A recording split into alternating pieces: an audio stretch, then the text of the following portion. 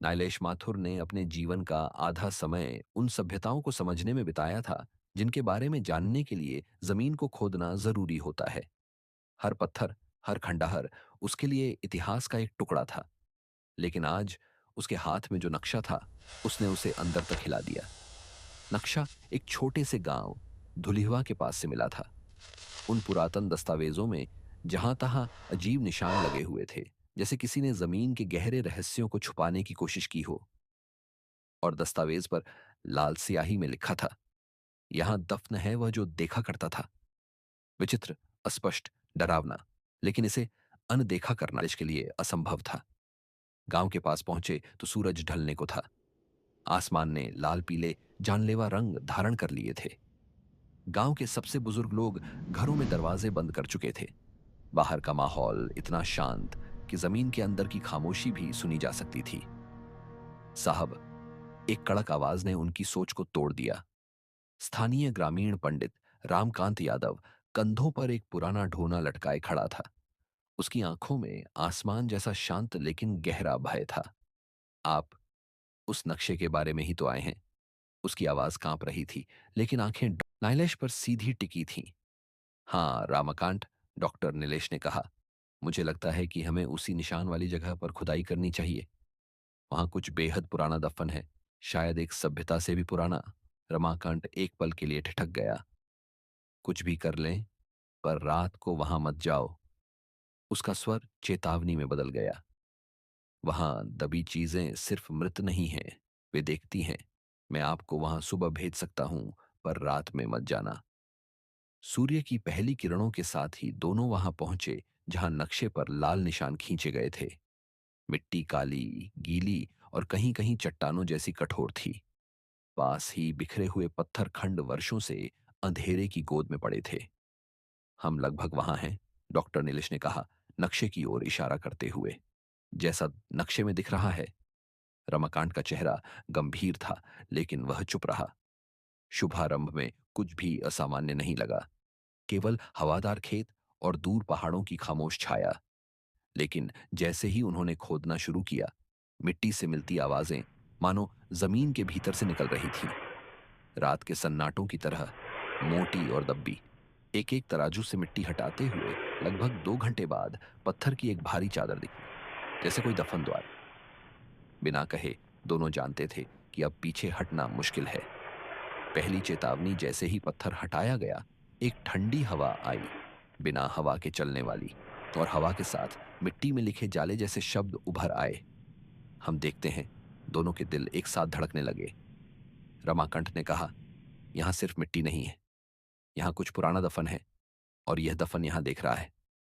नाइलेश ने दस्ताने पहने और धीरे धीरे मिट्टी को हटाने लगा। नीचे एक संकीर्ण सुरंग दिखाई दी, जैसे कोई गुप्त रास्ता। हम नीचे उतरे? डॉक्टर नीलेश ने पूछा।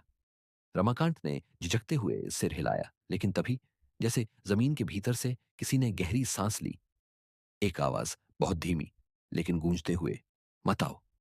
दोनों ठहर गए, और तभी सुरंग से एक अंधेरी परछाई उठी, बिना रूप, पर बिल्कुल फिजिकल महसूस होने वाली। यह केवल अंधेरा नहीं था, यह एक जैविक छाया थी, जैसे किसी चीज का जीवन न होना भी उसके होने जैसा अनुभव दे रहा हो। रामकांत ने कहा, यह अतीत नहीं है, यह यहां दबी आत्माओं का संकेत है। लेकिन डॉक्टर नीलेश को रोकना आसान नहीं था। हम पहले सुराग तक पहुंचे, फिर निर्णय लेंगे। छोटी सी मशाल लेकर वे दोनों सुरंग के भीतर बढ़े।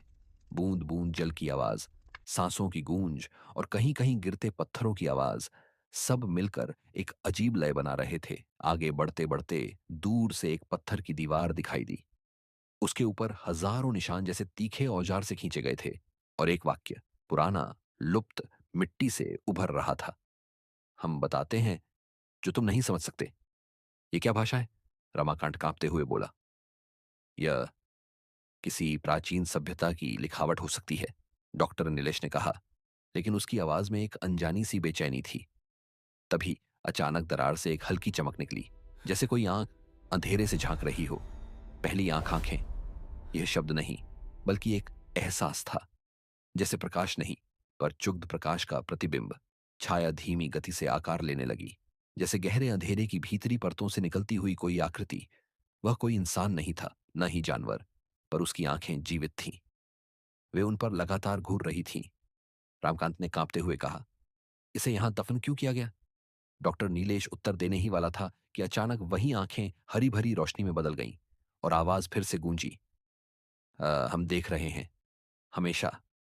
दोनों वहां झुके। सांसें थम चुकी थीं। उस छाया ने कदम बढ़ाए, पर हर कदम गहरा अंधेरा ढकता हुआ। चेतावनी की बजम से ही वे पीछे हटने लगे। दीवार की उभरी लिखावट चमक उठी। यहां कोई चैन से नहीं सोता, यहां दबी चीजें देखती हैं। रमाकांत का दिल धड़कते हुए बोझिल लग रहा था। उसने कहा, इन्हें यहां नहीं रखना चाहिए था। हम जो भी खोज रहे हैं, शायद वह हमारी समझ से परे है। डॉक्टर नीलेश ने धीरे से कहा। लेकिन कथा अभी समाप्त नहीं हुई थी। एक तेज कंपन, जैसे किसी ने जमीन थाम ली हो, और दोनों के पैरों तले की जमीन हिल उठी। रात का अंधेरा अंदर तक फैल गया, मानो बाहरी रोशनी को निगल रहा हो। छाया अब एक रूप ले चुकी थी। उसकी परछाइयों में हजारों आंखें झिलमिला रही थीं। एक बार फिर आवाज गूंजी, हम बताते हैं, हम इंतजार करते हैं।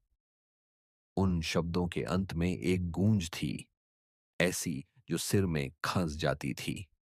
अगर आपको वीडियोस पसंद आए तो आप इस चैनल को लाइक, शेयर और सब्सक्राइब ज़रूर कीजिए ताकि हम आगे आपके लिए अच्छे-अच्छे वीडियोस लाते रहें।